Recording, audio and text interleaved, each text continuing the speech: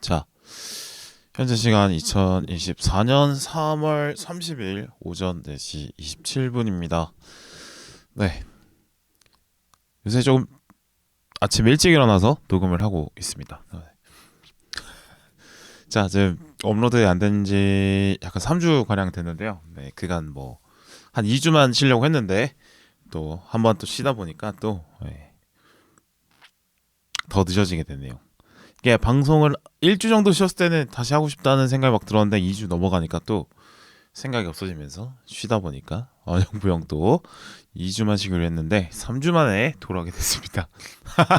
하여튼 기다려서 분이 있다면 죄송하다는 말씀드리고, 그동안 3주 동안 뭐 했냐, 일단은 일상생활 꾸준히 유지를 하고요.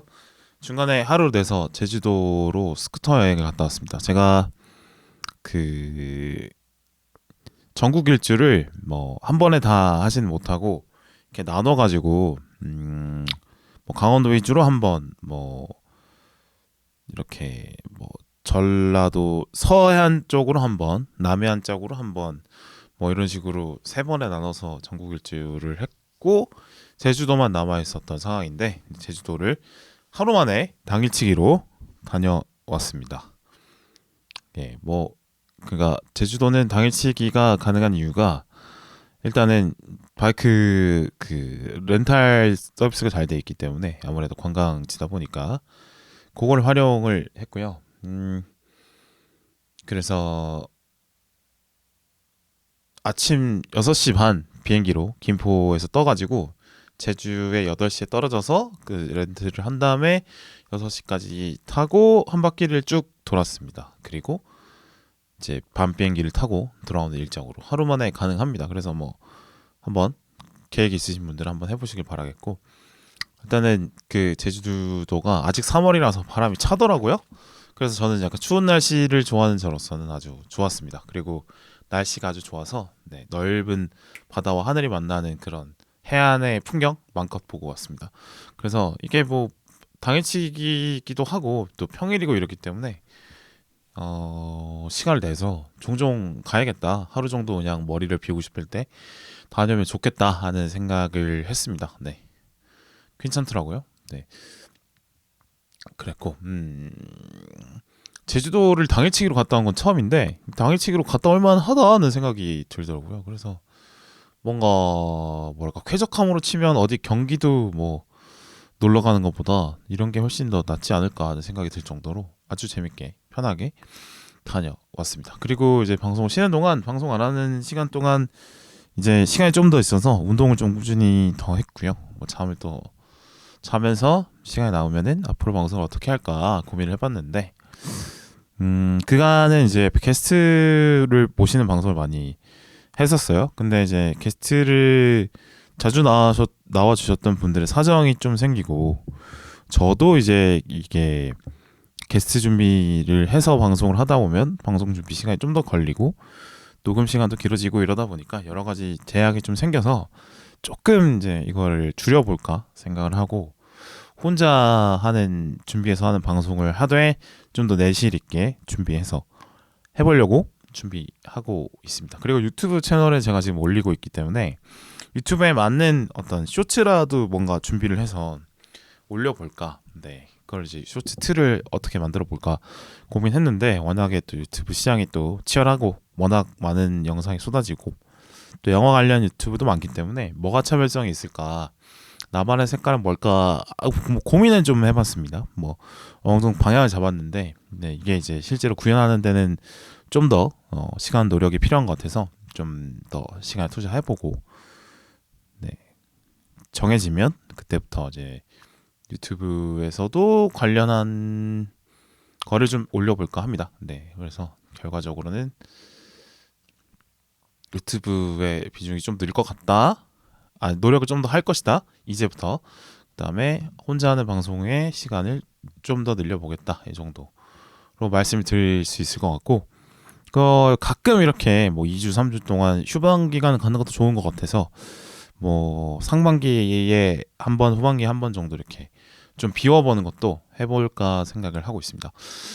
그렇고요. 뭐 이렇게 말씀드리고 항상 제 방송 열심히 들어주시는 분들 감사하고 또 돌아보니까 뭐 사실은 많은 구독자분들이 방송 시작하고 나서부터 많이 생겼는데 좋아해 주시고 반응 보여주셔서 감사하고 그동안 저 방송 준비하면서 이런 제 스스로가 많이 성장했다는 느낌이 좀 들어가지고 꾸준히 하면 할수록 내게 쌓이는 어떤 활동이 되겠다는 생각이 들어서 꾸준히 해볼까 생각을 하고 있습니다. 어쨌든 이렇게 복귀의 변을 밝혀보고요.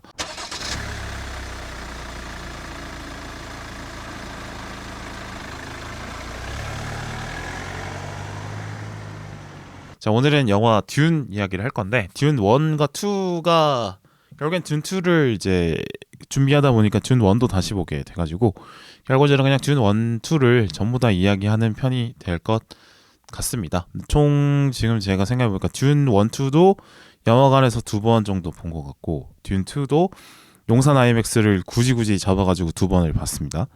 그리고 듄 1 같은 경우는 듄 2 보러 가기 전에 한 번 더 봤어요. 그래서 여러 번 보고 이 방송에 대해서 어떤 얘기를 할까 고민을 해봤는데 저는 뭐 세계관과 메시지 쪽으로 좀 집중을 해서 얘기를 해볼까 해요. 네. 저는 이제 세계관이 이제 잘 짜여진 이야기들을 상당히 좋아하는 편이라 이거에 대해서 어떤 듄의 세계관은 어떠한지 저의 나름의 생각을 한번 말씀을 드려보도록 하겠습니다. 물론 이게 듄 시리즈가 듄 2까지만 나왔기 때문에 아직 뭐 3편, 4편이 남아있다고 하는데 듄 영화 2편까지만 보이는 것만으로 그걸 잘 그려보도록 하겠습니다. 네. 그렇고요. 역사를 이제 근데 듄은 1, 2를 딱 보고 나니까 역사를 잘 분석했다.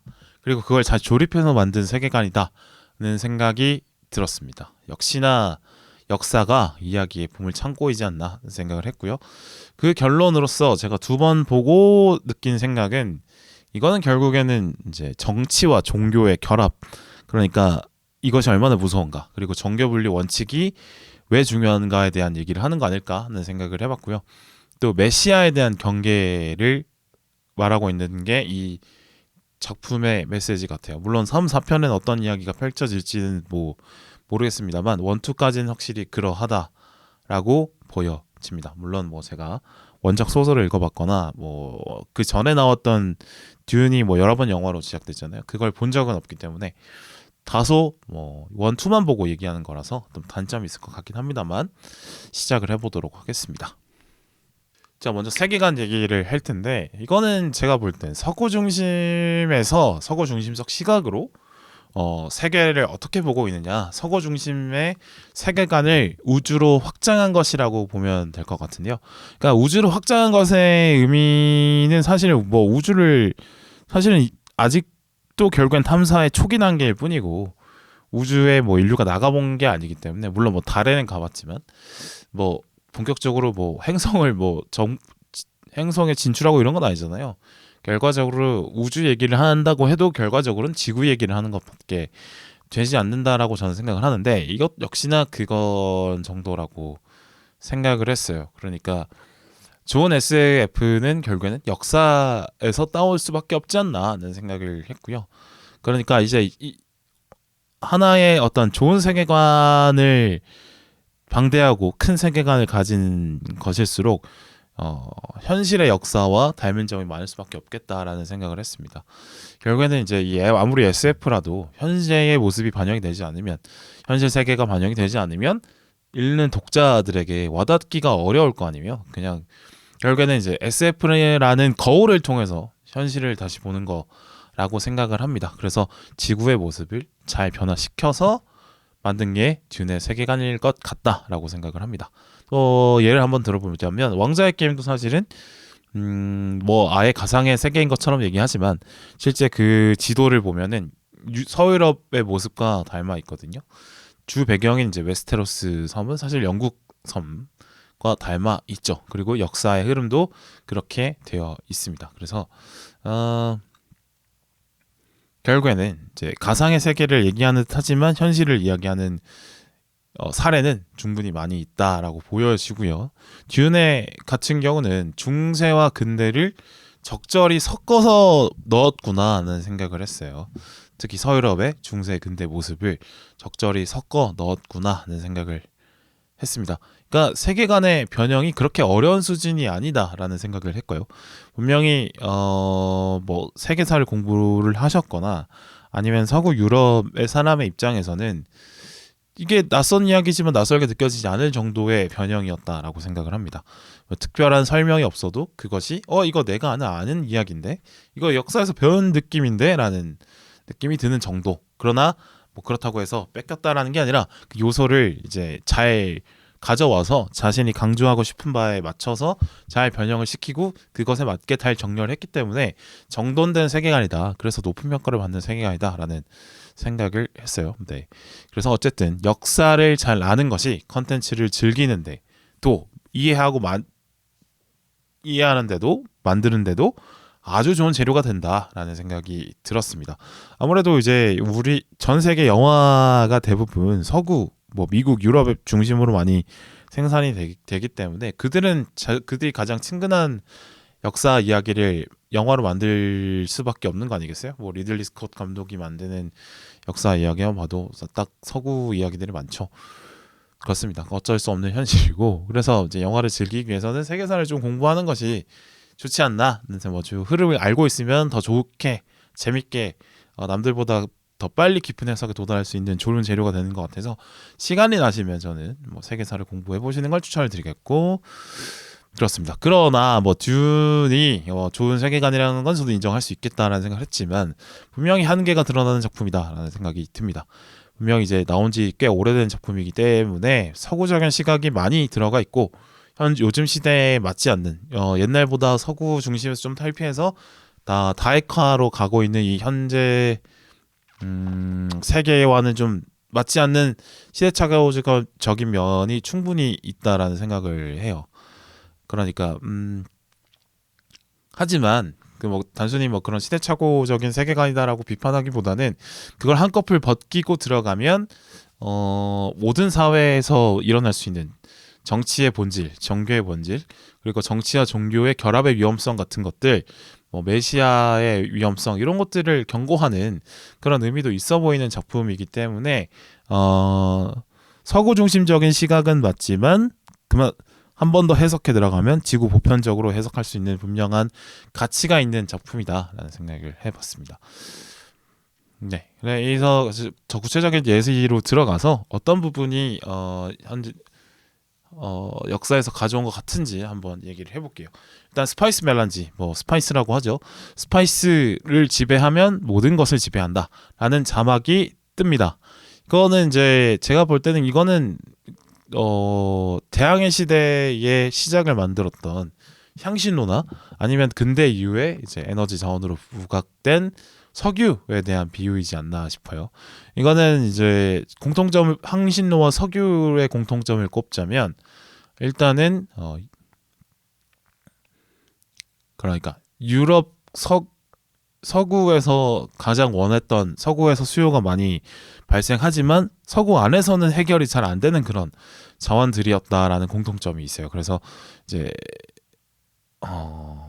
세력을 바깥으로 뻗쳐야만 하게 되는 이유, 욕망의 근원이 되는 것들이다라는 것을 갖고 있는 것 같아요. 그래서 스파이스를 보니까 딱 향신료나 아니면 석유에 대한 이야기 같다라는 생각을 했고요.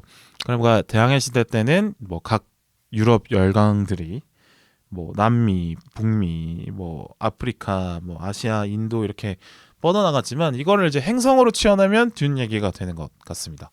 그래서 각 대륙으로 뻗어나가는 게 아니라 듄에서는 각 행성으로 뻗어나가는 거죠. 그것에 대한 비유이지 않나 하는 생각을 들고요. 이게 뭐 대항해 시대 이후에 헤게모니를 계속 서구권에서 지고 있기 때문에 이런 시각은 어떻게 보면 좀 당연하지 않나. 그러니까 서구권이 세상의 중심이고 나머지 뭐 아시아, 아프리카는 이 세계의 중심이 아닌 거드는 쪽이다라고 인식하는 것이 서구권에서는 오래된 시각일 수밖에 없지 않나 는 생각을 합니다. 물론 요즘 세계는 맞지 않죠. 어쨌든 이 스파이스라는 것이 그 역사적인 배경엔 이런 쪽에서 찾을 수 있을 것 같고 거대한 욕망을 상징하는 것이기도 하는 것 같아요. 뭐 예지력의 원척이기도 하기 때문에 권력의 상징이 되기도 하죠. 그러니까 또 보니까 뭐 노화 방지 기능도 있다고 하고 특히나 이제 노화 방지라는 것도 역시나 보면 젊음을 유지하는 것도 역시나 매력을 유지한다는 것이기 때문에 어떤 권력, 경쟁력 뭐 이라고 볼 수 있겠고 예지력은 이제 옛날부터 무언가를 예측하고 그거의 해석을 전달할 수 있는 능력이 있는 사람은 그만큼 권력이 있다. 그 사람들의 말을 많은 사람들이 귀 기울여 준다라는 어떤 그것 역시도 권력이잖아요. 그런 어떤 그러니까 누구나 쉽게 접근하지 못하는 어떤 능력, 수많은 과거 경험도 있어야 되고 지식도 많아야 되고 그런 사람들만 할 수 있는 어떤 이 예지력이라는 능력도 역시나 권력으로 쉽게 연결되는 힘이 아닐까라는 생각을 해 봅니다. 네, 그래서 스파이스라는 것이 정말 가치가 높고 갖고 싶어하는 욕망이 결국엔 권력에 대한 욕망으로 연결되는 그런 항상 인간으로서 욕망을 자극하는 존재로서 스파이스를 보여주고 있는 것 같아요. 그러니까 인간의 욕망이라는 그 어떤 추상적인 관념을 물질 세계로 옮겨놓으면 스파이스가 되는 거겠죠. 그렇습니다. 저는 뭐 이거 아주 명리한 선택인 것 같아요. 네. 이런 스파이스를 놓고 펼쳐지는 수많은 인물들의 다툼과 갈등 뭐 그런 것들을 통해서 여러 가지 인물들을 펼쳐낼 수 있는 것이고 그들이 경쟁하는 모습을 통해서 극적인 이야기가 나올 수 있는 거기 때문에 아주 또 이 스파이스 멜란지라는 어떤 물질을 집어넣음으로써 듄 세계관이 아주 독특해지지 않았나라는 생각을 합니다. 결국에는 이런 스파이스 멜란지라는 어떤 강력한 물질이 있기 때문에 이 듄에 등장하는 세계관의 모든 인물들이 자기가 갖고 있는 최고의 퍼포먼스를 펼치면서 경쟁하는 거 아니겠습니까? 그게 이야기가 되면 그 이야기가 아주 풍부해지고 보는 입장에서 아주 재밌는 수준이겠죠? 그렇습니다. 일단 스파이스 아주 좋은 소재였다라는 말씀드리고 이제 정치 체계를 또 분석을 해볼 수가 있는데 이거는 이제 유럽에 있었던 중세 봉건제적 특성이 분명히 많이 드러난다라고 볼 수 있겠습니다. 제국과 대가문들로 구성이 되어 있죠. 듄 세계관의 정치 체계가. 근데 보면 대가문들이 있고 대가문 중에 가장 강력한 가문이 황제를 차지하는 걸로 보여요. 이거는 이제 유럽에서 항상 있어 왔던 그런 것들이죠. 그러니까 이거는 동아시아에서는 잘 이해가 안 되는 부분인데 동아시아 같은 경우는 한 국가에 하나의 왕조가 존재합니다. 뭐 우리나라를 예로 들어보자면 고려는 왕씨만 존재하고 조선에는 이씨만 왕이 될 수 있는 거죠. 근데 유럽에서는 왕조라는 개념이 존재를 해서 영국을 예를 들어보자면 영국이라는 나라는 계속 유지가 되고 있지만 왕조가 계속 그러니까 왕위를 계승하는 가문이 바뀌는 걸로 계속 정권 교체가 일어난다는 거죠. 영국이란 나라는 변하지 않아요. 그런 것이 특성이라고 볼 수 있는데 그 특성이 이제 듄에 나오는 정치 체계에 반영이 되어 있습니다. 보면 뭐 왕자의 게임도 같은 건데 보면 이제 왕자의 게임 초반에 보면 철왕자에 앉아 있는 가문이 바라테온 가문으로 나와요. 그러니까 사슴인가 술록인가를 문장으로 삼는 그 가문이죠.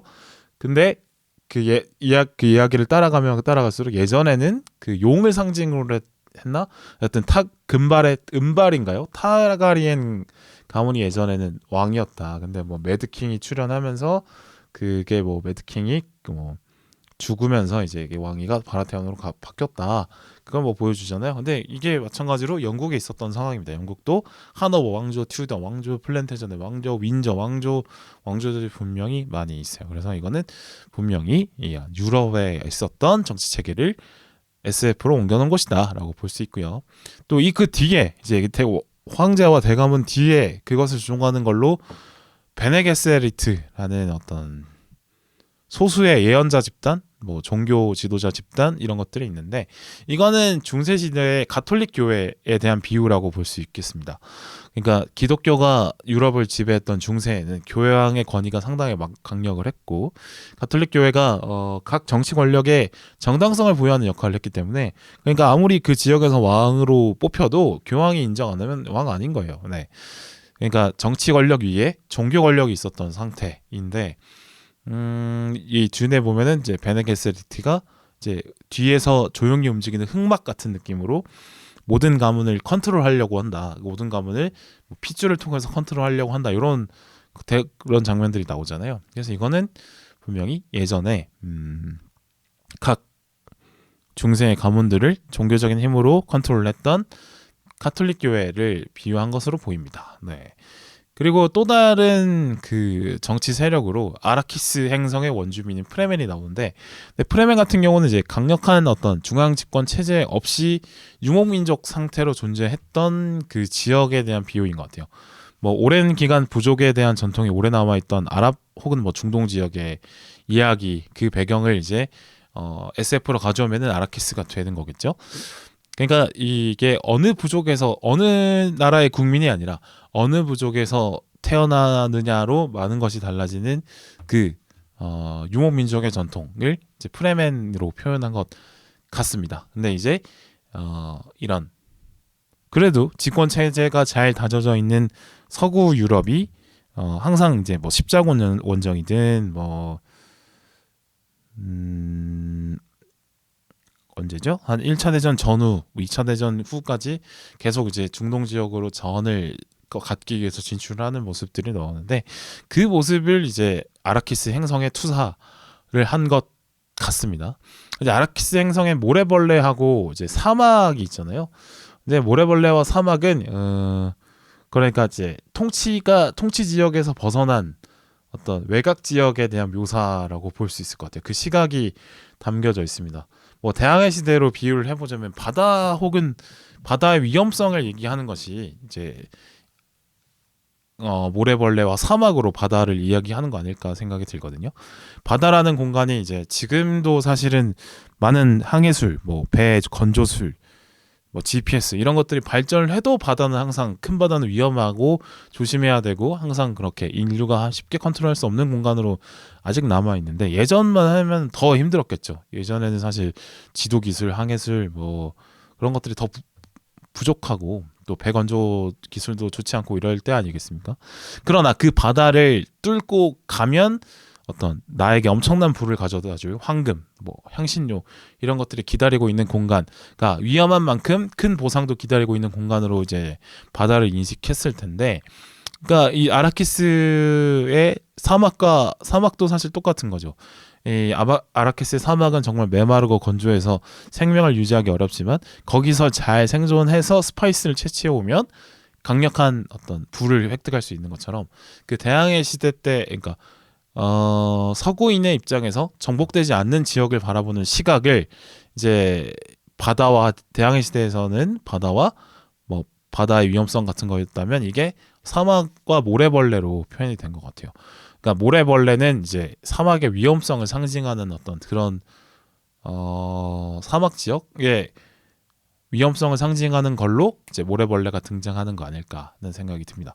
근데 모래벌레는 사실 이제 이게 컨트롤이 안 되고 무조건 도망가야만 하는 그런 어떤 존재로만 나오지만 2부에서는 이걸 컨트롤할 수 있는 방법이 나오잖아요. 그래서 결국에는 서구에 대한 나머지 세계에 대한 인식, 그러니까 결국에는 거칠고 못나고 무서워서 두렵지만 결국에는 우리가 컨트롤 해낸다라는 걸로 이제 이 모래벌레에 대한 이야기가 펼쳐지는 건데, 이것 역시나 이 서구적인 세계관의 반영 아닐까 하는 생각을 해봅니다. 네.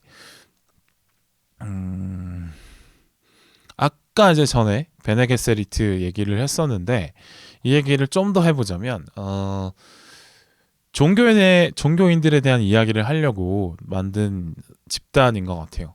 그러니까 종교인을 SF로 넣기 위해서 설정을 집어넣어서 이제 베네게세리트라는 독특한 집단을 만들어낸 거죠. 그러니까 이 설정이라 함은 인공지능에 대한 거대한 의존의 시기가 있고, 그거 거대한 의존에 대한 이제는 더 이상 의존을 좀 철회하자. 우리는 이제 사고하는 능력마저 기계나 인간 바깥의 것들에 의존하지 말자. 스스로 하자라는 어떤 그런 러다이트 운동 같은 그런 것들이 있고 나서 등장한 집단이라고 저는 이제 찾아보니까 그렇게 나오더라고요.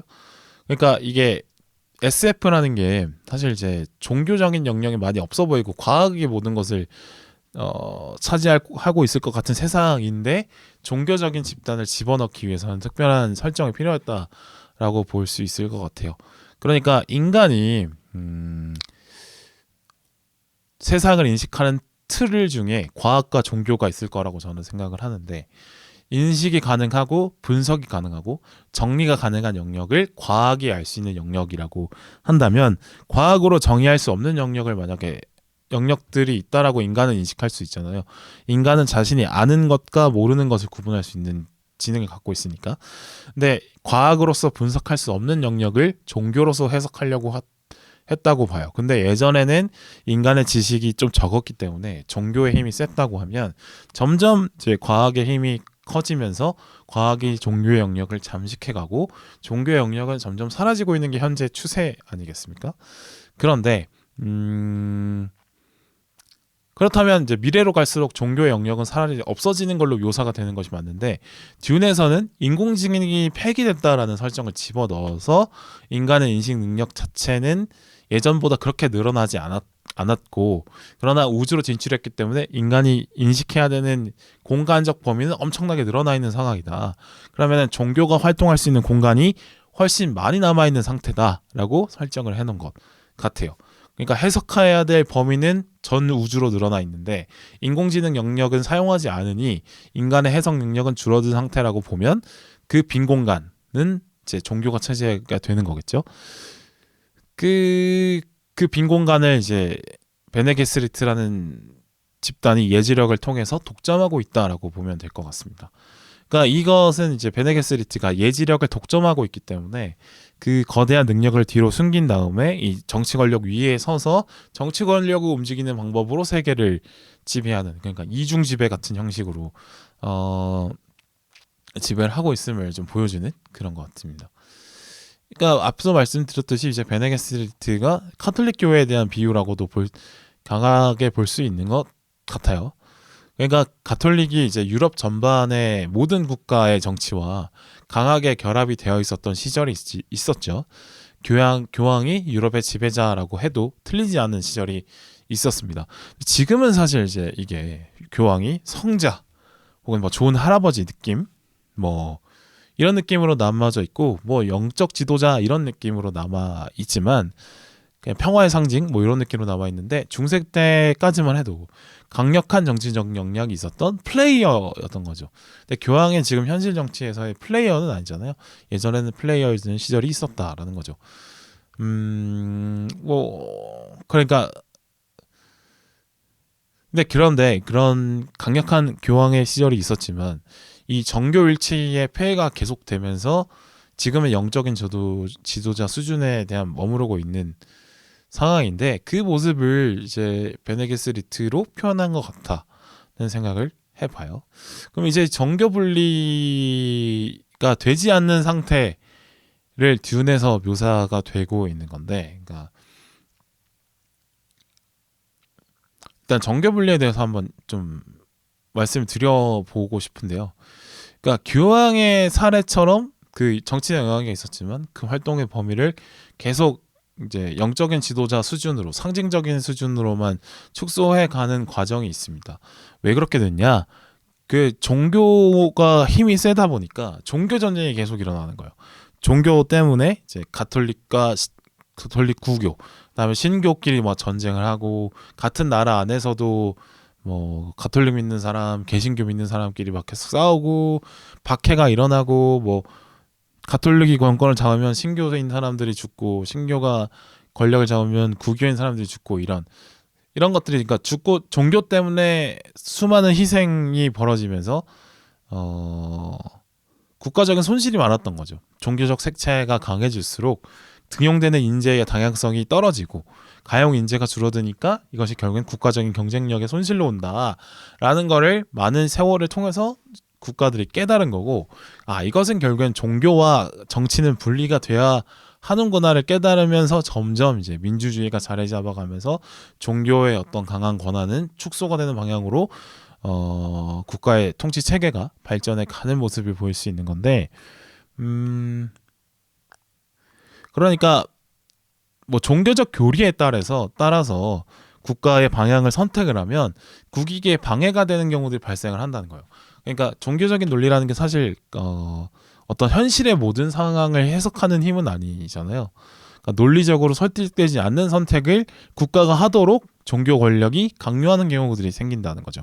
근데 그게 비효율로 나타나다 보니까 많은 문제들이 발생을 한 거고, 또 이게 신비적인 힘이라면서 뭐 이게 하느님의 뜻이다, 뭐 이게 뭐 주님의 뜻이다, 우리 교리를 해석해 보면 이렇게 하는 것이 맞다라는 식의 어떤 그런 말들이 알고 보면 자신의 욕망을 뒤로 숨긴 종교인들의 어떤 그 나라를 움직이려는 어떤 숨긴 의도였던 게 나중에 드러나면서 이게 문제가 되고, 이런 사례들이 꽤나 많았기 때문에 정치와 종교가 점점 분리되는 방향으로 흘러가게 된 거 아닐까 저는 생각을 하는데, 이 영화 얘기로 다시 들어가 보면 이게 폴이 아라키스 행성의 지배자가 되고 또 황제와 결투를 신청해서 이긴 다음에 대가문과 전쟁을 선택하잖아요. 그러면 대가문들이 아라키스 못지않은 힘을 갖고 있지 않겠습니까? 그러면 1대 다로 싸우게 되는 건데, 프레멘과 아라키스 행성은 결국 전쟁에 휘말리게 되는 거예요. 폴 때문에. 그러니까 이 어떤 종교적인 어떤 명분으로 따지면 폴의 전쟁이 이해가 될 수 있지만, 국익으로 따지면 손해인데 이런 상황들이 계속되는 것이 맞느냐에 대한 의문이 계속됐던 거죠. 그래서 지금은 정치적 권위가 종교적 권위가 충돌하는 경우에 이럴 충돌하는 경우에는 이렇게 결정하자라는 사항으로 정해놔서 종교 분리를 하는 나라들도 있고, 아니면 프랑스의 경우처럼 프랑스 혁명의 영향으로 가톨릭 전통이 상당히 오래된 나라임에도 불구하고 공적인 영역에서 종교색을 드러나지 못하게 강하게 종교를 배제하는 국가처럼 나아가게 된 경우도 있고, 또 미국의 케이스 같은 경우는 애초에 헌법을 위주로 세워진 거지 뭐 기독교적인 원리로 세워진 국가가 아님에도 불구하고 기독교 신자가 많다 보니까 어떤 의식 행사 차원에서 기독교 전통이 들어와 있는 경우, 상징적인 경우, 뭐 예식의 차원에서 들어가 있는 경우가 있지만, 실제 국가의 움직이는 권리 안에서 국가의 운영 원리 안에는 종교가 빠져 있는 경우들에 있는 나라도 있는 거죠. 미국 같은 경우는 이제 뭐 대통령 선서를 할 때, 취임 선서를 할 때 성경 위에 선을 얹고 뭐 선서를 한다든지 뭐 그런 그건 있지만, 이건 결국에는 상징적인 의미가 있는 것일 뿐이라는 겁니다. 뭐 스페인이나 포르투갈이나 이탈리아나 아일랜드 같은 경우도 가톨릭 교회의 전통이 깊은 나라이기 때문에 이게 국교를 따로 정하지 않았지만 가톨릭의 함께한 역사가 너무 길기 때문에 이제 그런 것들이 막 들어가 있는 경우들이 있는 거죠. 각 국가 행사에 가톨릭 교회의 형식으로 국가 행사를 친다거나 이런 것들이 있는 거죠. 이거는 이제 어떻게 보면은 종교로서의 권위를 인정하기보다는 관습으로서의 권위를 인정해 주는 것이다라고 볼 수 있겠습니다. 뭐 남미의 경우 같은 경우는 이제 현대이지만 국가의 어떤 체계가 유럽에 비해서는 조금 늦게 잡혔기 때문에, 행정 체제가 좀 미흡한 시절이 있었기 때문에 상대적으로 그 미흡한 국가 체계보다 좀 더 행정력이 갖춰져 있었던 가톨릭 교회가 국가의 부족한 부분을 좀 채워주면서 가톨릭 교회와 정치가 결합된 시기가 최근까지 있었던 사례들도 꽤 있었던 경우들이 남미에선 있었다. 근데 이것도 역시나 조금씩 바꿔가는 추세고, 남미에는 요새 개신교 비율이 많이 늘어나고 있다고 하긴 하더라고요.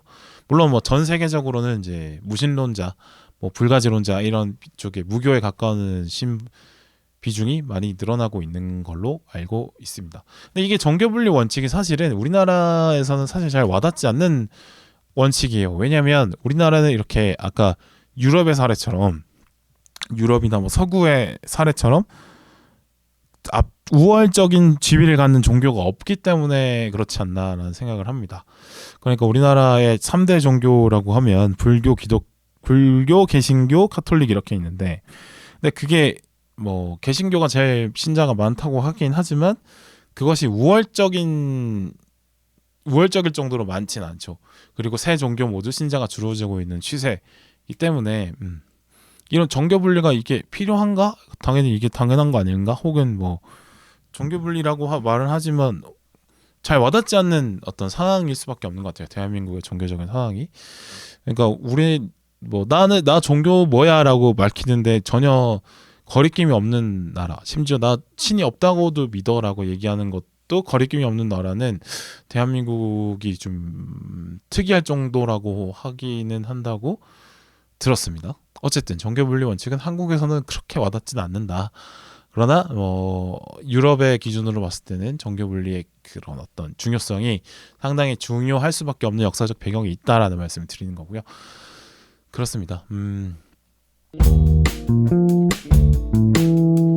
이 얘기를 왜 드렸냐면 그 듄의 주인공인 폴 아트레이데스가 결국에는 이제 프레멘 부족들을 통합을 하면서 동시에 예지력까지 갖춘, 그러니까 베네 게세리트만 할 수 있는 능력까지도 각성을 해서 획득한 사람이 되기 때문에 코사츠 헤더락이 됐기 때문에, 그러니까 정치적 지도자와 영적 지도자가 합치가 돼버리는 상황이 벌어졌기 때문에 이 정교 분리의 원칙에 반대되는 상황이 벌어진 거죠. 듄의 세계관에서는.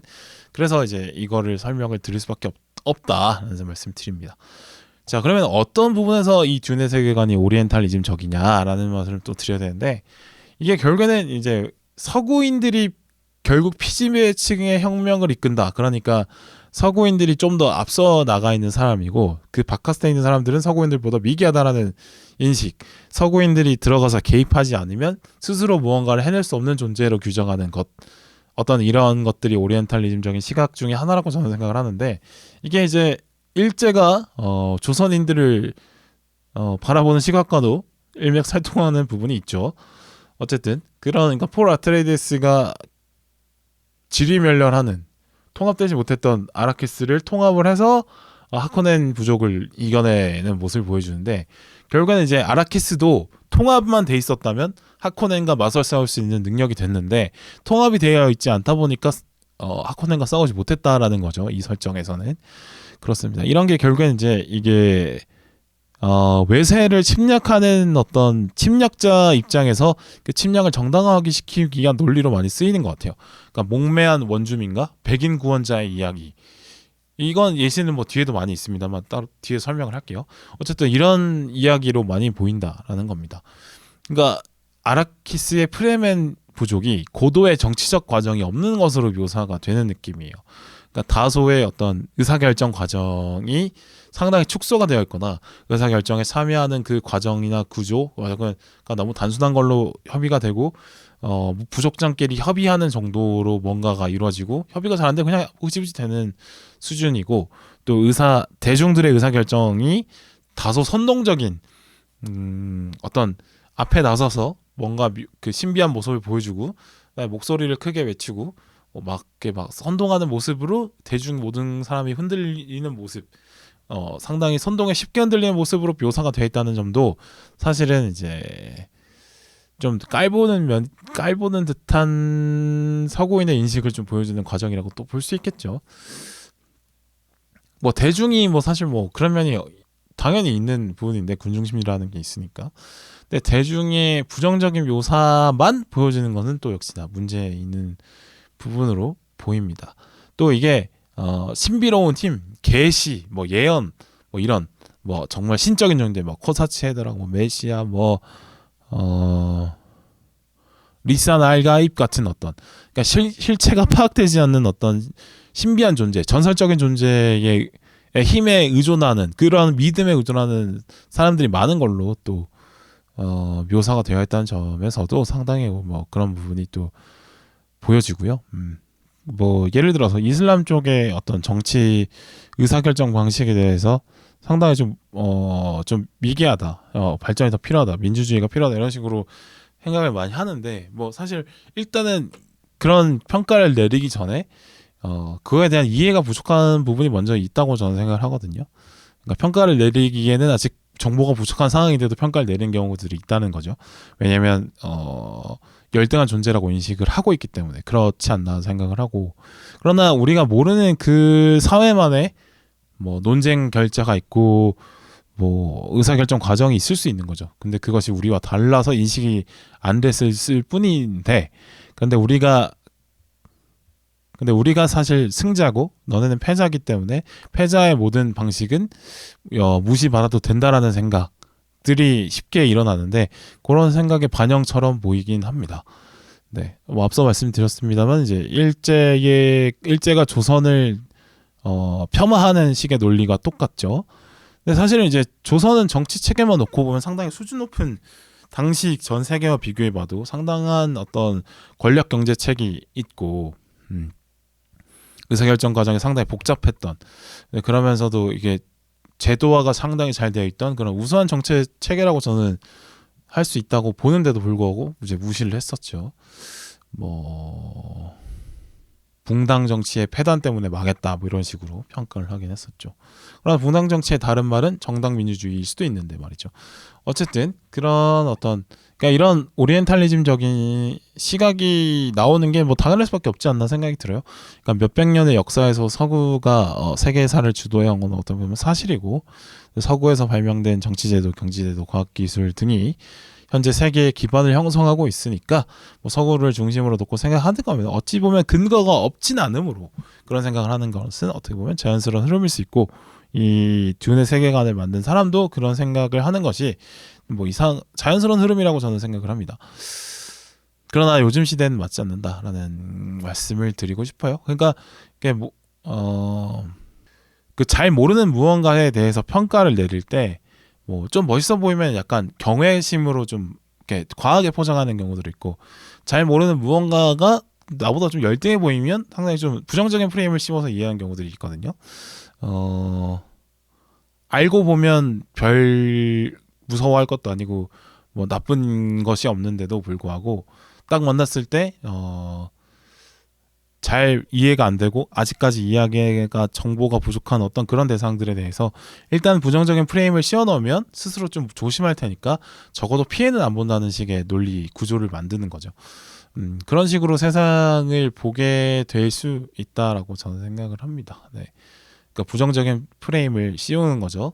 나보다 권력이 약한 쪽에 나보다 힘이 없다라고 느껴지는 집단에 대해서는 부정적인 프레임을 씌우는 게 전혀 부담이 되지 않으니까 그런 식으로 딱지를 붙여버리고 쉽게 이해하고 넘어가려는 듯한 인간의 논리 구조, 마음가짐이 있다고 생각해요. 근데 그게 오리엔탈리즘이란 그런 마음가짐 중에 하나가 오리엔탈리즘일 수도 있겠다 생각이 들고요. 이건 단순히 뭐 서구 사람들만 이렇게 서구에만 있는 문제라고는 생각하지는 않습니다. 네. 이거는 뭐 그냥 인간의 기본 심리인 부분도 분명히 있다라는 생각을 합니다. 자, 이렇게 세계관에 대한 얘기를 해봤고요.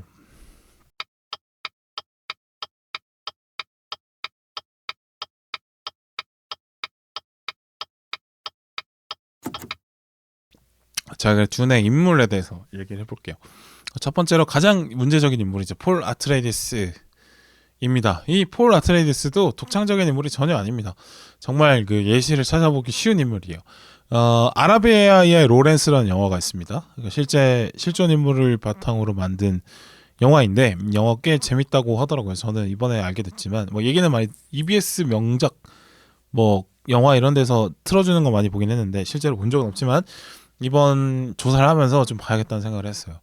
아라비아 로렌스가 어떤 사람이냐면 영국의 군인입니다. 1차 세계대전 근처 즈음에 활동했던 군인인데 이제 영국이 이제 19세기부터 전 세계적인 영향력을 끼치면서 전 세계 곳곳에 자신의 영향력을 끼치기 위해서 군인들을 파견하는데 이 아랍 지역에도 이 영국이 파견을 했어요. 근데 영국의 전략은 항상 직접 지배하기보다는 약간 간접 지배 이런 식으로 통해서 이제 이득을 보는 계속 그쪽을 분쟁 지역 상태로 만들어 놓고 이득을 보는 쪽으로 하는 전략을 많이 썼거든요. 근데 여기서는 이제 오스만 제국의 한때 이제 1차 세계 대전 이후에 사라지는 오스만 제국이라는 치하에 있던 아랍 부족들을 아라비아 그 로렌스라는 영국 군인이 가서 연합을 해요. 그래서 반란을 조직해서 성공을 시키는 인물입니다. 근데 결국에는 근데 이 로렌스의 어떤 노력이 그 뭐 영국과 오스만 제국 등의 뭐 강대국들의 어떤 짬짬이를 통해서 결국에는 뭐 아라비아의 로렌스에 나왔던 주인공의 로렌스의 노력은 사실 물거품이 되고 결국에는 이제 쓸쓸하게 죽는 걸로 묘사가 되는 그런 이야기인데, 어쨌든 그런 서구인이 이방인의 지역에 가서 어떤 부족을 연합해서 리더로 탄생한다는 이야기는 상당히 좀 닮아 있는 부분이라고 볼 수 있겠습니다. 뭐 라스트 사무라이의 이야기랑도 좀 통한다고도 볼 수도 있겠죠. 그리고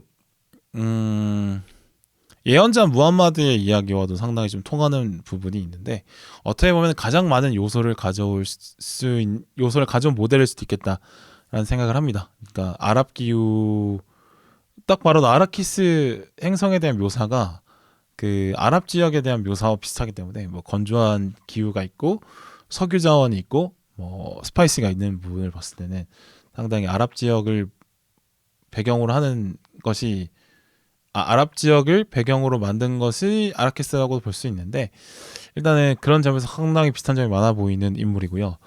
무함마드의 생애를 한번 쭉 짧게 얘기해 보자면,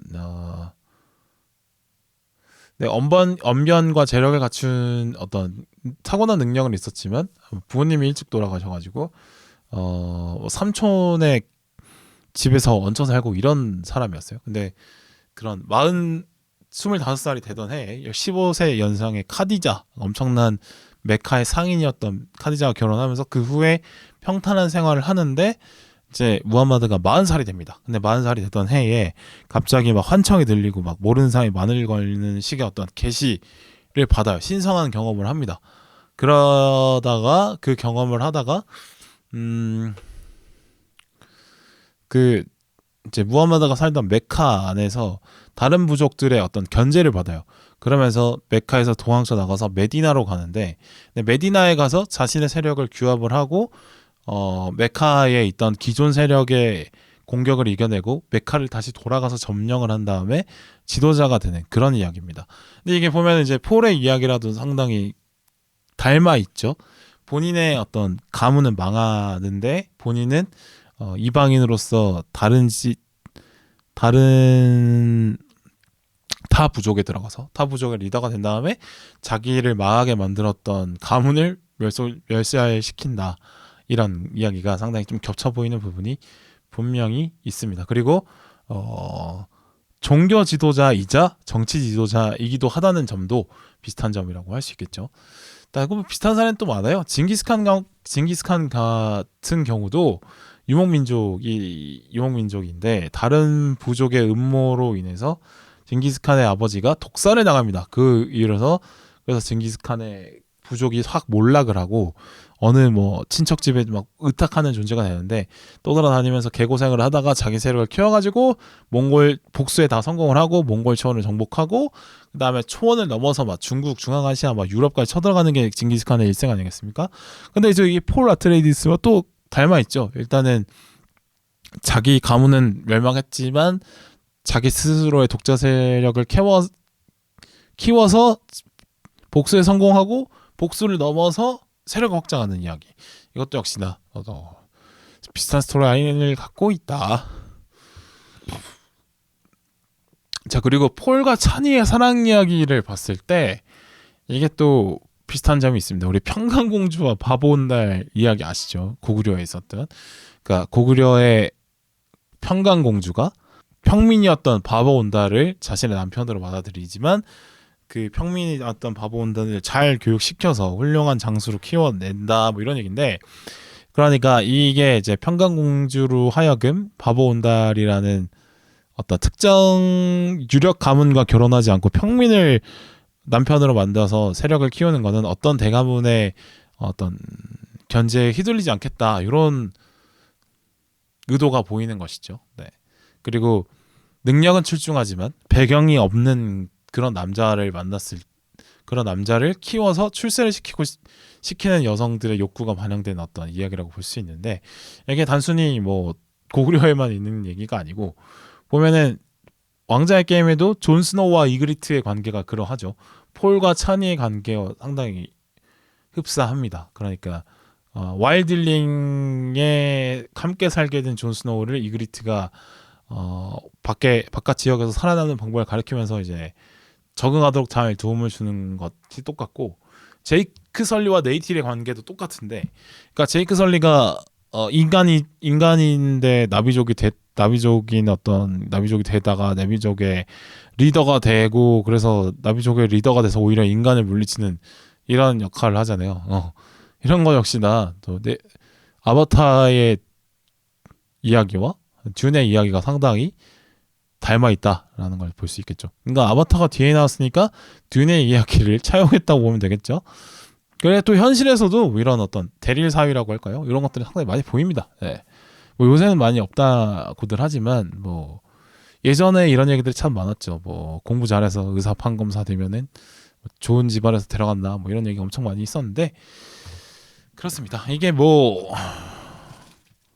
요즘에도 없지 않아 있는 것 같아요. 네, 많이 있는 사례 아닐까 생각을 하는데, 이게 뭐 단순히 뭐 남자 여자의 역할이나 배경이 딱 고정된 얘기는 아닌 것 같고, 서로 부족한 지점이 있으면 그 부족한 지점을 채워주는 수 있을 것 같은 사람의 매력을 느끼는 거는 어떻게 보면 상당히 인지상정이니까 뭐 그렇습니다. 어쨌든 그 폴과 찬이를 보면서 평강공주가 생각이 났다. 근데 평강공주와 바보온달 케이스가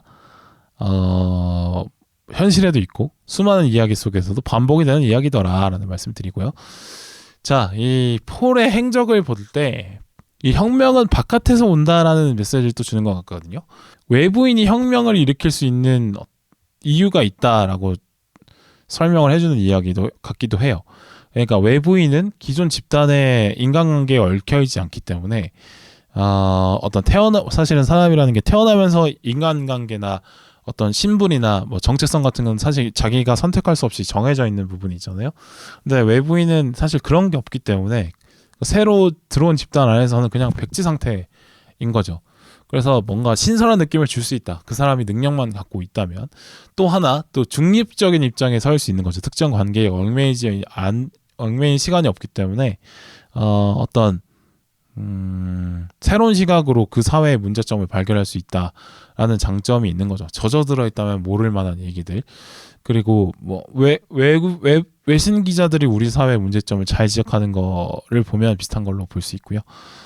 또 뭐 자신이 밖에서 배워온 것들을 이방인으로서 우리 새로 적응하고 있는 사회에 적용할 수도 있는 장점이 또 있는 것 같습니다. 또 외부인이 또 인정 욕구가 있어요. 그러니까 자신을 지지해주는 기반이 부족한 사람이기 때문에 뭐 어떤 외부적인 요인이랄까요? 뭐 혈연이나 배경이나 학벌 같은 것이 없는 외부인일수록 자기 스스로 자강해야만 실력을 인정받는 거 아니겠습니까? 그래서 스스로 실력을 인정받기 위해서 노력하고자 하는 욕구가 또 있어요. 그게 어떻게 보면은 자신의 자기 발전을 계속 이끌면서 실력을 쌓게 되고 다른 사람에게 능력을 인정받게 되는 계기가 또 될 수 있는 부분이 아닐까 싶고, 또 다른 내부인들보다 어려운 장애물들을 많이 이겨내고 성장해 왔기 때문에 그 사람의 능력을 더 높게 쳐주는, 그러니까 장애물을 극복해냈기 때문에 강해골 극복 점수 보너스를 받는 거죠. 그래서 오히려 좀 더 본인의 능력보다 좀 더 높은 평가를 받게 되는, 신비감을 얻기도 하거나, 네, 그런 거겠죠. 잘 이겨낸 컴플렉스가 장점이 될 수 있는 것처럼 그렇습니다. 그래서 초반에는 차별적인 어떤 외부인이 들어왔을 때 처음에는 그 안에 원래 있던 사람들이 차별적인 시선으로 볼 수 있지만, 외부인이 실력을 더 쌓고 이겨내서 오히려 좋은 퍼포먼스를 보여주면 쟤는 외부인으로서 차별도 많았을 거고 장애물도 많았을 텐데 저 정도 퍼포먼스를 보여주는 거면 쟤는 진짜 더 뛰어난 애다, 이런 평가를 받을 수 있다라는 거죠. 잘 이겨내기만 한다면 그간 받았던 차별이 오히려 보너스로 돌아온다라는 거죠. 네, 그런 어떤, 그래서 외부인이 혁명의 중심이 될 수 있겠다라는 생각을 합니다. 근데 대부분의 외부인들은 그 안에서 새로 이주한 곳에서 적응하기도 바쁘고 기본만 하기도 바쁘죠. 사실은 그렇게 외부인으로서 받아야 되는 차별과 박해를 버티는 것만도 쉽지 않기 때문에, 항상 기득권이라는 건 강력하니까 이겨내는 쉽지 않을 가능성이 높습니다. 네, 대부분의 사람들은 그렇게 됩니다. 그런데 그 어려운 차별과 어려움을 외부인으로서 겪는 차별과 장애를 이겨낸 소수는 오히려 더 많은 기회를 얻을 수도 있겠다는 생각을 하게 됩니다.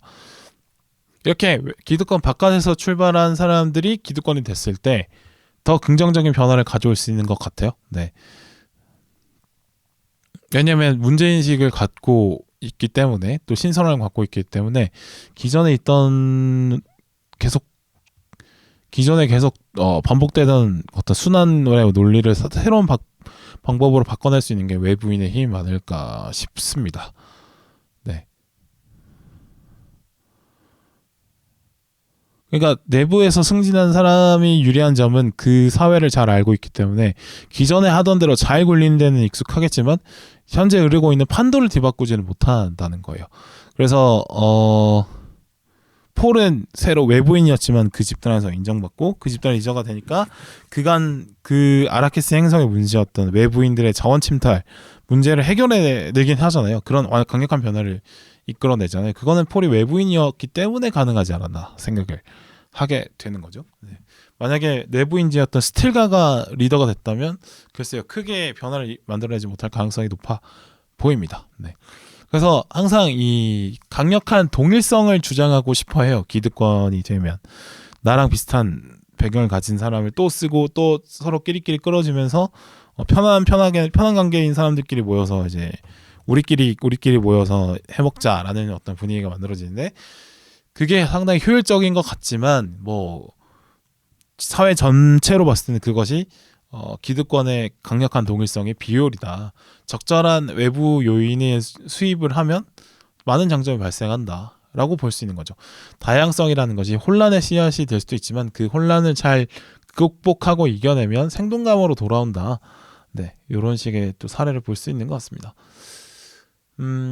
그래서 아웃사이더가 뭔가 시대의 아이콘이 되는 강력한 리더가 될 수 있는 가능성이 높아 보인다라고 말씀드리는데 그것이 그러니까 아웃사이더가 가끔씩 말도 안 되게 리더로 탄생하는 경우가 있다라는 걸 말씀을 드리는 거지. 그게 꼭 긍정적이지만은 않을 수 있다라는 또 말씀드리고 싶은데 이게 그런 패턴이 있다는 정도죠. 그러니까 나폴레옹도 사실은 정말 말도 안 되는 사실 외부인에 가까운 사람인데 프랑스 혁명의 중심에 서서 황제가 돼버리는 일생을 살잖아요. 나폴레옹이 태어난 코르시카 섬은 사실은 원래 밀라노 공국, 그러니까 이탈리아 땅인데 그게 나폴레옹이 태어나기 전에 그게 그 섬이 팔리면서 프랑스 소속 땅이 돼요. 지금도 프랑스 소속 땅이죠. 그러니까 원래는 이탈리아 사람이 될 사람이 프랑스 사람이 졸지로 돼버렸는데 근데 이 섬 출신이 군인으로서 혁명 시기에 승승장구하면서 황제까지 가버리는 거죠. 근데 이 사람이 결과적으로 개인은 엄청난 인생 역전을 해냈을지 모르나 그 정말 피와 땀 정말 수많은 희생으로 만들어진 프랑스 혁명의 결과를 뒤로 돌렸다는 평가를 받고 있기도 하거든요. 그래서 나폴레옹은 그렇습니다. 그러니까 아웃사이더가 리더가 된다고 해서 다 좋은 건 아니라는 거죠. 그리고 히틀러도 마찬가지죠. 오스트리아 출신의 평민 출신의 그것도 독일 출신도 아니고 오스트리아 출신 평민이 정말 1차 세계대전 이후에 혼란의 시기에 어떻게 잘 흐름을 타면서 독일의 청동까지 되는데 근데 단순히 2차 대전을 일으키면서 독일뿐만 아니라 전 세계를 구렁텅이로 몰아넣지 않습니까? 그러니까 아웃사이더가 리더가 되는 경우들이 종종 발생을 하지만 그것이 다 좋은 결말로 이어지는 건 아니다라는 걸 또 알 수 있죠. 결국엔 이제 외부에서 들어온 인물을 쓸 것이냐 아니면 기존 체제에서 자라난 인물을 쓸 것이냐는 결국에는 그 사회의 상황에 달려 있는 것 같습니다. 그러니까 폴이 아라키스에 필요했던 거는 폴이 아라키스 행성에 들어가서 프레멘 사이로 들어가서 프레멘이 변하지 않았다면 계속 하코넨에게 계속 지배를 받는 상황이 됐겠죠. 그러니까 외부인들을 잘 받아들여서 상황을 타개한 거죠. 프레멘 입장에서는. 그런데 실제로 특별히 그 사회가 문제가 없고 괜찮은데 굳이 외부인 인력을 받아들일 필요가 없는 거죠. 근데 프레멘의 상황에서는 외부 인재를 받아들여서 어떤 변화를 일으키는 게 상당히 효과가 나는 상황이었던 거고 근데 애초에 그런 혼란 자체 누군가 다른 아라키스 행성을 지배하려고 침략하는 가문이 없었다고 하면 사실 폴의 존재는 필요가 없었던 거겠죠. 어떻게 보면은 그냥 스틸가처럼 잘 관리를 잘하는 그런 인물이 더 맞을 수도 있는 거겠죠. 상황에 맞는 리더가 필요한 부분입니다. 자, 그런데 이런 폴의 성공에 가장 중요한 인물이 어떻게 보면 스틸가 아닐까 생각을 해봤는데, 그러니까 폴이 차별적 시선을 받더라도 계시에 따르면 얘는 크게 될 뭔가가 있는 데라서 기회를 계속 줘보자라고 스틸가가 얘기를 하잖아요. 그러니까 폴에게 쏟아지는 어떤 외부인에게 주는 차별적인 시선을 스틸가가 일단 커버를 해주고 또 경험을 쌓을 수 있는 기회를 계속 주면서 폴이 성장할 수 있는 기회를 줍니다. 그리고 이제 우리의 일원으로서 받아들일 수 있는 이름까지 주어주기도 하고, 그렇죠. 그리고 메시아로 발돋움하는 그 순간 있잖아요. 수많은 주민들 앞에서 내가 나를 이길 수 있는 사람 누구냐, 나와봐라, 다 싸우자, 이렇게 얘기하면서 막 세게 막 선동을 해야 될 때, 그때 제일 먼저 선창을 하는 게 또 스틸가입니다. 그러니까 어느 정도 그 집 사회에서 인정을 받는 사람이 외부인을 데리고 들어와서 세울 때 그러니까 폴이 리더로 서기 위해서는 스틸가가 없으면 불가능했을 거라는 거죠. 어느 정도 그 원래 있던 사람들에게 지지와 신망을 받는 스틸가가 폴을 지지해줬기 때문에, 스틸가를 믿기 때문에 폴도 믿게 되는 그런 과정이 있었던 겁니다. 네. 어쨌든 여기서 하비에드 바리뎀의 연기가 참 좋았는데, 일단 이 광신도스러운 무언가, 카리스마가 있는 그 무언가, 어떤 그런 연기로 리산 알가입 무아띠 이렇게 외쳐주는 모습이 저러면은 뭐 안 따라갈 수가 있나 이런 생각이 들었어요. 뭐 가끔 이제 최민식 배우랑 겹친다는 생각도 막 들고 이래서 약간의 그 노인을 위한 나라를 없다에서의 하비에르 바리뎀과 악마를 보았다의 최민식이 좀 겹쳐 보이는 나, 이런 생각도 해봅니다.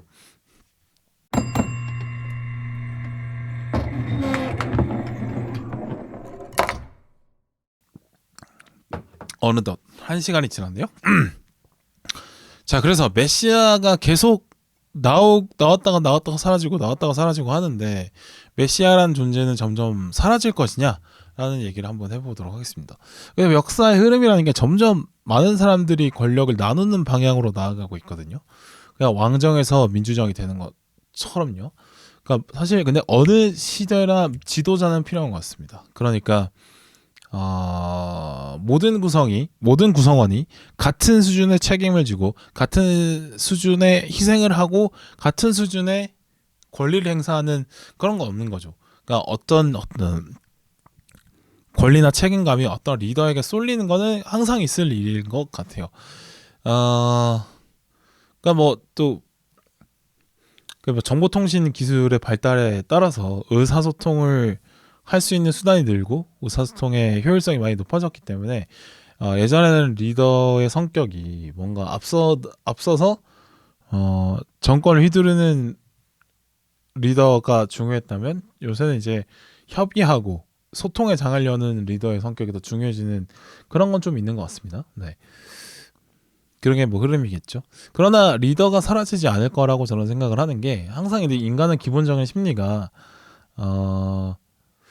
귀찮은 건 누군가 대신 해줬으면 좋겠다라는 마음을 갖고 있잖아요. 예를 들어서 수업 시간에 선생님이 누가 발표해볼래, 발표할 사람 손 들어볼래 했을 때 모두가 손을 든다면 리더를 정하기가 쉽지 않을 거예요. 근데 항상 보면 손을 드는 애들이 자주 들고, 항상 손 들기를 피하는 애들은 피합니다. 그러니까 인간의 기본 심리 중에 누군가가 나 대신에 귀찮은 일을 해줬으면 좋겠다라는 심리가 있고, 남들보다 앞서서 나 자신의 존재감을 드러내고 싶은 심리도 있는 거죠. 근데 그것이 나서는 심리가 앞서 있는 사람이 있고, 뒤에 숨는 심리가 앞서는 사람들이 있는 건데, 이제 비율상으로 봤을 때는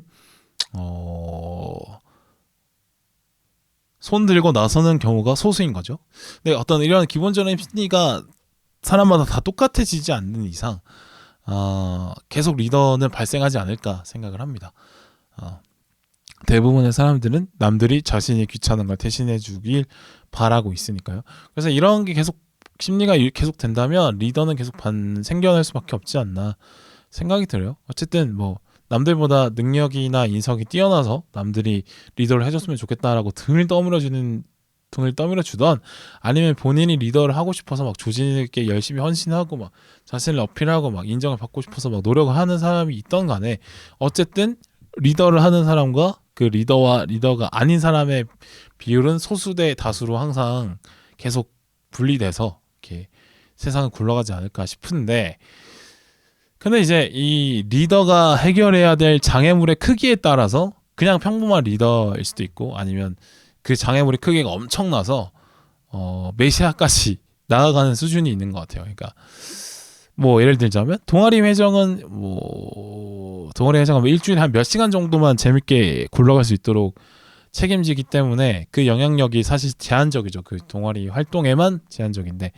근데 뭐 정치인 같은 경우는 전 국민의 삶이 안정적으로 굴러갈 수 있도록 하는 책임을 갖는 거잖아요. 그 책임이 있는 만큼 그 사람이 갖고 있는 권력도 커지는 거죠. 그런 것처럼 리더는 어딜 가나 다 있는데, 어느 리더의 수준이 이제 얕은 수준도 있고 깊은 수준도 있는 거죠. 그런데 그 리더가 넘어서야 되는 그 책임의 수준이 정말 막 불가능한 영역까지 가 있는데, 그걸 해낸 사람이 있다면 메시아까지 가는 것, 그런 리더가 있다면 메시아가 되는 것이라고 볼 수 있을 것 같습니다. 그러니까 메시아는 사실 그런 거죠.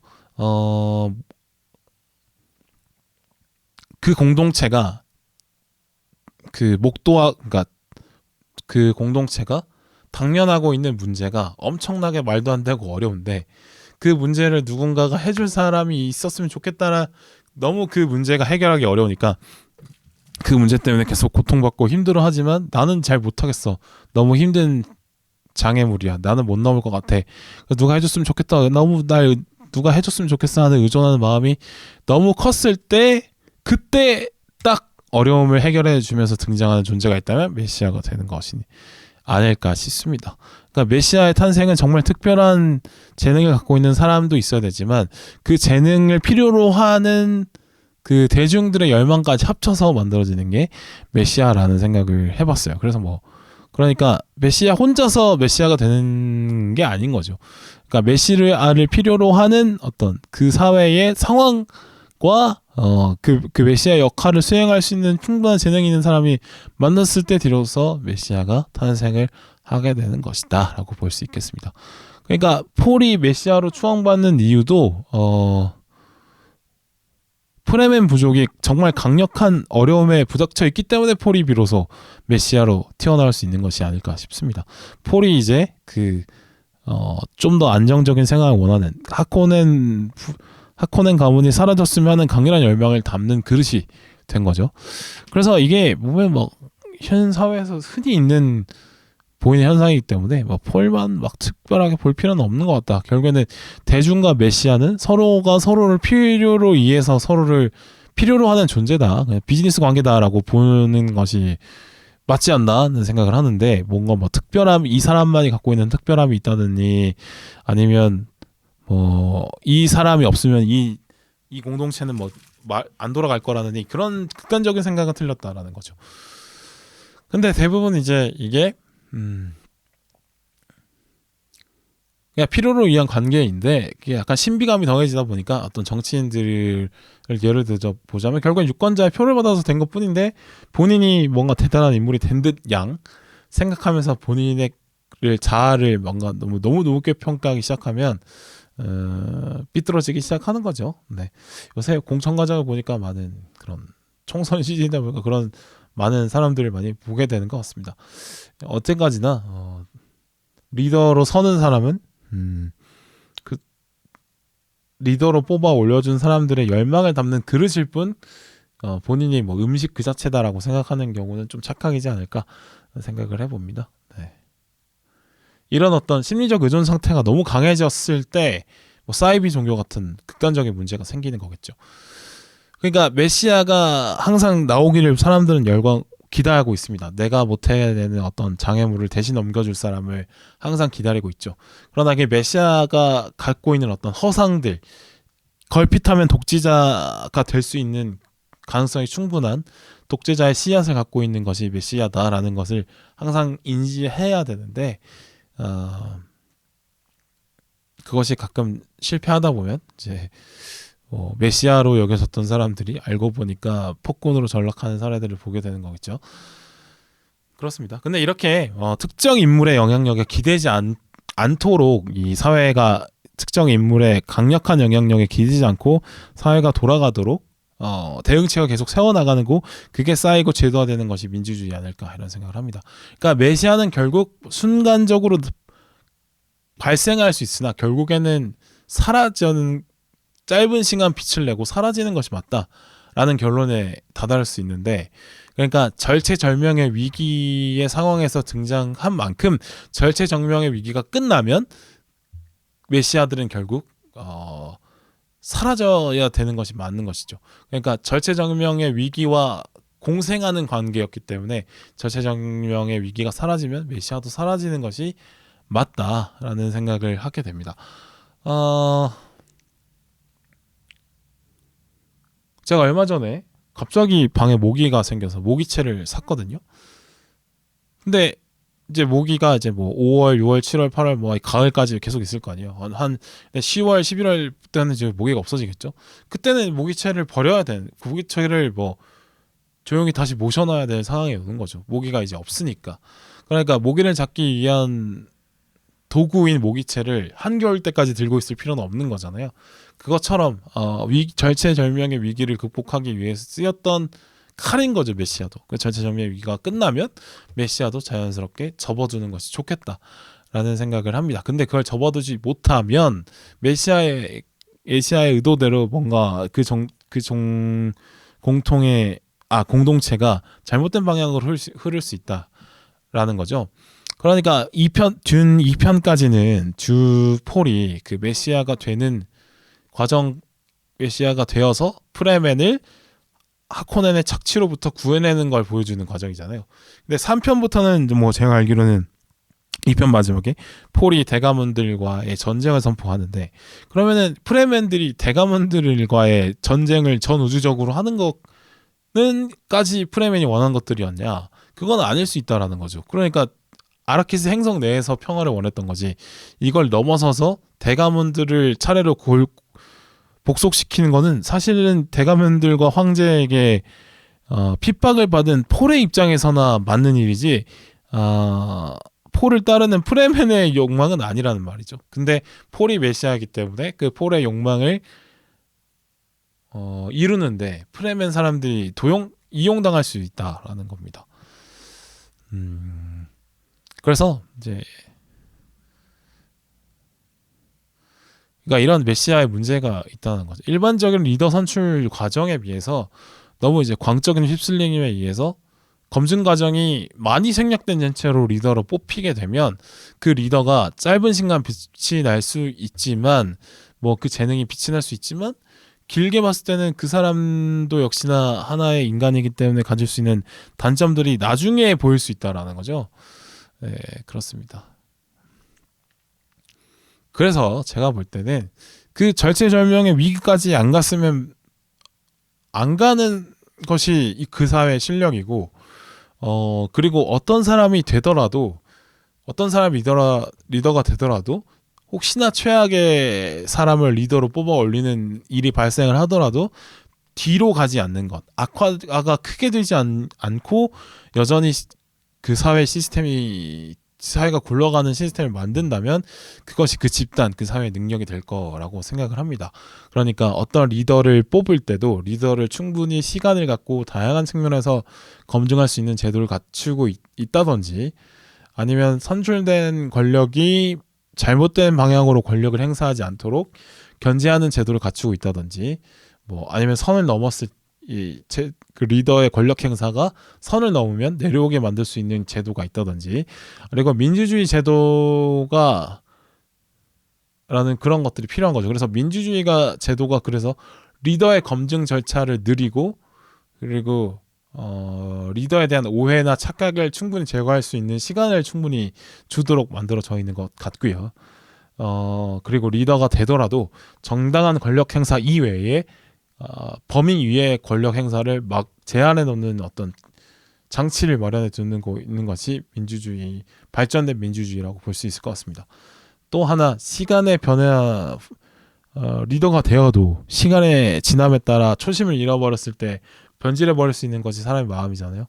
그걸 또 방지하기 위해서 임기를 딱 정해주는 것도 역시나 중요한 민주주의 제도의 하나라고 볼 수 있겠어요.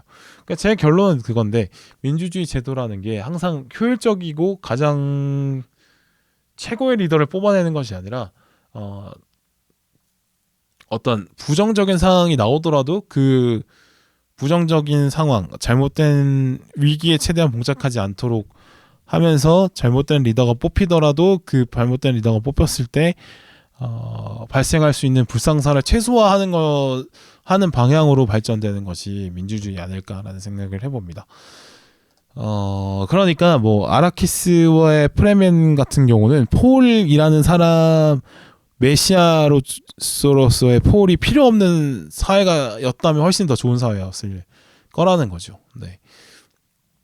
폴이 필요 없어도 스스로 자구책을 만들고 스스로 평화를 차지했다면 그 부족의 영향력이 높았을 거라는 겁니다. 높았다면 폴 필요 없이 스스로 해냈을 거라는 겁니다.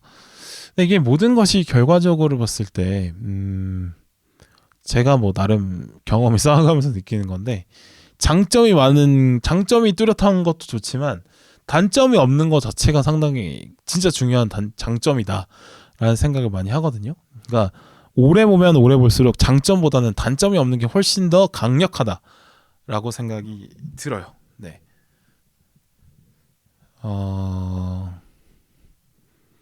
뭐랄까 유연성? 네. 그런 것들이 훨씬 더 중요해 보인다. 강력한 강점이 있는 것보다는 그런 위기관리 능력이 사실 제일 중요하지 않나 생각이 들고요. 연애를 돌이켜봤을 때도 강력한 매력이 있는 사람보다는 나와 잘 맞는, 나와의 관계에서 특별히 원하는 부분이 없는 사람과의 관계가 상당히 안정적으로 지속되는 경우들도 있고, 어떤 여러 사람들과의 관계에 있어서도 특별히 잘 맞는 지점이 있기보다는 서로가 서로를 선을 넘지 않고 존중해주는 사람과 더 오래 갈 수 있게 되는 것 같더라고요.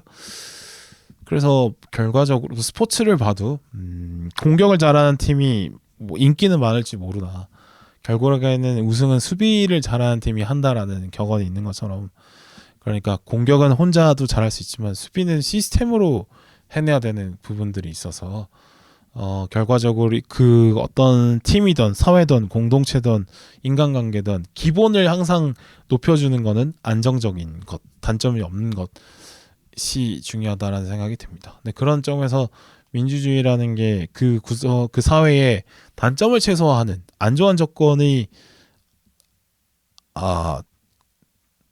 단점을 최소화하는, 혹은 그 사회가 뒤로 가는 걸 최소화하는 방향으로 발전하고 있다라는 생각을 해봤습니다. 그래서 이 결과적으로 이 듄 1, 2의 메시지를 던지는 건 찬이라는 생각을 했거든요. 그러니까 원작과 80년대 나왔던 작품과의 차이점이 이거라고 하더라고요. 그러니까 그 전에 나왔던 작품들에서는 찬이가 폴에게 헌신적인 사랑을 폴에게 수동적인 태도를 보이는 그런 여성으로 그려졌다고 하는데, 여기 최근 드니블레브의 듄에서는 찬이는 그렇지 않잖아요. 누구보다 폴을 사랑하지만 광신의 열풍에 휩싸인 어떤 대중들을 선동하고 있는 폴의 모습에 반기를 들고, 그리고 폴을 계속 이제 퀴사체 헤더락으로 이끌고 강력한 권력을 욕망하도록 만드는 그 제시카의 욕망을 누구보다 빨리 알아채고 그녀를 반박하는 목소리를 용기 있게 내는 것이 찬인데, 이게 결국에는 이제 요즘 시대에 맞는 듄이 던지는 메시지 같습니다. 그러니까 이 영화의 메시지는 폴이 아니라 찬이의 담당인 거죠. 메시아가 만들어지는 과정의 위험성을 계속 보여주면서 정치와 종교가 결합하는 순간에 탄생하는 그 메시아라는 존재에 대한 위험성을 경고하는 영화가 아닐까라는 생각이 듭니다. 그래서 뭐 3, 4편을 더 보면 뭐 달라질지 모르겠지만, 제가 첫 번째 보고 나서 느끼지 못했던 걸 두 번째 볼 때 느낀 점은, 이 영화의 최종 빌런은 하코넨 남적도 아니고 로타소 남적도 아니고 결국에는 폴이다. 한 단계 더 나가서 진짜 최종 흑막, 최종 빌런은 그 제시카다라는 생각을 해봤습니다. 결국에는 이제 아라키스 행성을 더 큰 고난으로 이끌 것은 폴일 수 있다라는 생각이 들면서 말이죠. 네, 전 우주적인 전쟁에 아라키스 행성을 집어넣잖아요. 봤을 때는 오히려 폴이 최종 빌런, 폴과 그 엄마가 최종 빌런일 수 있겠다라는 생각을 해봐요.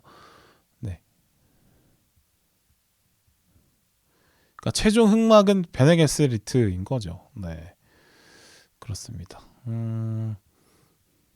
그러니까 찬이처럼 그게 이렇게 선동에 휩쓸리지 말고 아무리 자신이 사랑하는 존재라고 해도 저 사람이 뭔가 대중을 선동하고 막 안 좋은 길로 이끈다라고 봤을 때 박차고 일어서서 나가라, 주동적인 삶을 살아라, 현실을 직시하고 자기 문제는 자기 스스로 해결하는 사람이 되도록 노력해라.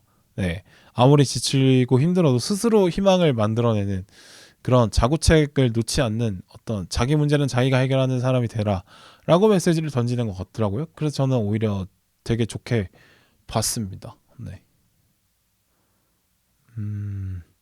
아무래도 3, 4편에서는 뭔가 좀 더 폴이 그 다스베이더처럼 흑화하는 모습을 보여주겠죠.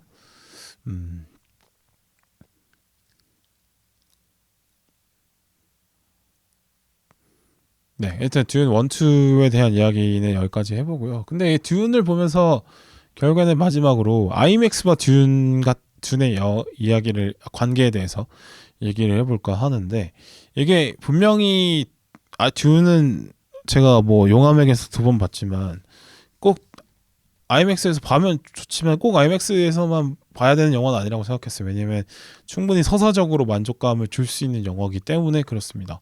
뭐 물론 뭐 거대한 모래사막에 대한 묘사랄지, 뭐 모래벌레 묘사랄지, 전투씬 같은 경우가 있기 때문에 분명히 볼거리가 많은 영화에서 큰 화면으로 좋은 상영관에서 좋은 음향 시스템을 갖춰놓고 보는 것이 훨씬 좋긴 하겠죠.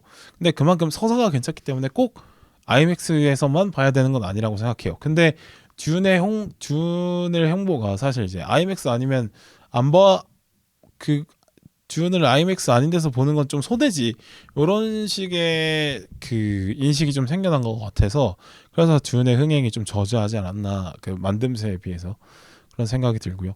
이런 식으로 계속 이제 아이맥스를 강요하는 어떤 영화들이 많이 나왔을 때 이게 과연 좋은가에 대해서 생각을 해봤는데, 그 용암액 같은 경우는 이제 티켓이 2만, 뭐 조전은 17,000원이고 뭐 일반 가격은 22,000원인데 뭐 할인 끼고 뭐 대충 할인 끼고 하는 경우도 있고 뭐 포인트로 좀 할인해서 걷는 경우도 있고 뭐 하니까 대충 한 2만 원쯤이라고 생각을 해보면 그게 용암액이 624석이거든요. 근데 거의 다 찬다고 생각하면 600석. 그러면 한 타임당 1,200만 원의 수익이 나와요. 근데 하루 7번 상영하니까 하루에만 8,400만 원. 한 달로 돌리면은 뭐 한 25억 정도 되는데, 근데 이게 뭐 한 상영관은 이렇게 돌리는 게 이제 뭐 충분히 뭐 비용이 이렇게 한 상영관에서는 충분한 수익이지만 듀운을 아이맥스에서만 보게 된다면 사실은 다영상관에서는 듀운을 안 보기 때문에 그만큼 또 손해가 나는 부분도 있지 않을까 싶어서 이게 꼭 좋은가 하는 생각이 들면서도, 이렇게 아이맥스에만 쏠리는 게 좋은가 하는 생각이 들면서도, 그래도 영화관을 굳이 또 이런 큰 상영관과 좋은 음향 시스템에서 영화를 보려고 하는 마음들이 결국 이런 환경이 많은 관객들을 영화관으로 불러일으키는 또 매력 포인트가 또 되는 것 같아서, 요즘처럼 영화관을 잘 안 가는 추세에, 그래서 꼭 나쁘게 하면 또 볼 수도 없고 좀 어려운 문제라는 생각이 듭니다. 그래서 이게 단순히 옛날처럼 막 그 영화만 보러 간다 이런 거보다는, 그러니까 영화 바깥에 붙어있는 또 다른 부가적인 요소가 필요한 것 같아요. 듄 같은 경우는 이제 아이맥스를 체험한다는 것이 붙은 거잖아요. 아니면 요새는 이제 다른 영화들 같은 경우에는 영화 말고 이제 굿즈를 붙인다거나 뭐 GV를 붙인다거나 기획전을 붙인다거나 이런 식으로 계속 갖게 가는 것 같습니다. 그러니까 영화만으로는 안 되는 시기가 오지 않았나 이런 생각이 또 들고요. 네. 그 대신에 그러니까 듄처럼 막 사이즈가 크지 않은 영화 말고 작은 영화들은 어떤 기획이나 뭐 체험이나 뭐 GV나 뭐 토크 프로그램이나 이런 것들을 통해서 그런 식으로 좀 마케팅 포인트를 좀 만들어야 되는 것 같아요. 결과적으로 영화만 갖고는 되지 않는 것 같고 영화에 체험을 더해주는 것이 그것이 뭐 상영 시간 안에 체험을 하든 상영 시간 끝나고 체험으로 이어지든 간에 어쨌든 영화만으로는 경쟁력이 많이 떨어져 있는 상태 아닐까 이런 생각이 들고요. 그리고 또 하나 이제 아이맥스처럼 비싼 티켓을 값임에도 불구하고 충분히 지불하고 보려고 하는 사람들이 진짜 많더라고요. 저 용화맥 예약하려고 한 2시간 동안 계속 취소표 기다리면서 조금씩 좋은 자리로 이동하면서 봤거든요. 그러니까 처음에는 되게 바깥 자리였다가 취소표 주워가지고 좀 더 스위스팟 가까이로 가고 또 취소표 기다렸다가 잡아가지고 좀 더 스위스팟으로 가고 한 4번째 만에 스위스팟 들어가서 잡아서 봤어요. 그만큼 이제 듄처럼 용산까지 가야 되고 아침에 자리가 없으니까 아침에 봐야 되고 아니면 완전 새벽에 봐야 됨에도 불구하고 보려고 하는 사람이 많다는 걸 봤을 때는 그만큼 이제 높은 가격이어도 충분한 보상을 받는다면 지불할 용의가 있는 사람들이 많다라는 점이 있는 것 같아요. 반대로 그러면은 좀 티켓 가격을 좀 다양화했으면 좋겠다는 생각이 드는데 듄처럼 좀 고부가 가치가 발생할 수 있는 티켓 가격은 좀 높게 받더라도 꼭 막 상영관의 환경에 그렇게 유지하지 않아도 되는 어떤 스토리 위주의 소소한 어떤 영화들, 드라마 위주의 영화들은 좀 싸게 해줘도 되지 않나 하는 생각이 들거든요. 오히려 한 8,000원, 10,000원 해도 충분히 그 정도면은 보러 갈 여지가 있는데 근데 듄도 17,000원이고 갑자기 뭐 생각이 안 나서 그런데 그냥 멜로 영화도 17,000원이다라고 하면 당연히 같은 값이면 듄을 보지 않을까라는 생각이 들어서 좀 이렇게 영화관 티켓 가격이 좀 더 다양화됐으면 오히려 더 좋지 않을까 하는 생각이 듭니다. 어찌됐든 영화관을 자주 가는 습관을 갖고 있는 사람들이 많을수록 영화관은 유리한 것 같아서 그렇습니다. 여러 가지 좀 생각을 하게 됐어요. 네. 마지막에는 조금 흐지부지 되는 부분이 좀 있는 것 같긴 한데 어쨌든 긴 시간 얘기하다 보니까 좀 약간 혼미합니다. 네. 어쨌든 오랜만에 녹음이었고요. 네. 오랜만에 녹음이었고요. 댓글 좀 읽고 넘어가겠습니다. 네, 뭐 댓글은 뭐 크게 없고요. 일단은 브리즈님께서 파묘에도 글래디에이터 편에도 안데스 설원의 생존자들에도 아가일에도 다 후원 남겨주셔서 너무 감사하고 소대가리님도 파묘 편에 3,000원 후원해 주셔서 감사합니다. 브리즈님 후원 매번 감사드리고요. 네.